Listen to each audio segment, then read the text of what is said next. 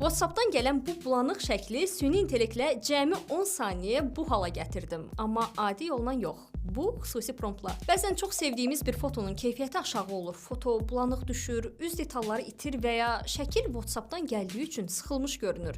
Belə hallarda Gemini-dən istifadə edərək fotonu daha keyfiyyətli hala gətirmək mümkündür. Bunun üçün Gemini-yə daxil oluruq və keyfiyyətini artırmaq istədiyimiz fotonu söhbətə əlavə edirik. Daha sonra sadəcə keyfiyyəti artır yazmaq əvəzinə daha detallı promptdan istifadə edirik. Çünki qısa komanda verdikdə Gemini bəzən üzü dəyişir, dərini süni göstərir və fotonu real görüntüdən uzaqlaşdırır. İstifadə edə biləcəyimiz prompt bu ekranda gördüyünüzdür. Əlavə olaraq rəy bölməsində də mətni yerləşdirəcəm. Bu promptda əsas məqsəd fotonun keyfiyyətini artırmaqla yanaşı, üzün, bədən formasının, kompozisiyanın və ümumi görüntünün dəyişməməsini Gemini-yə əvvəlcədən izah etməkdir.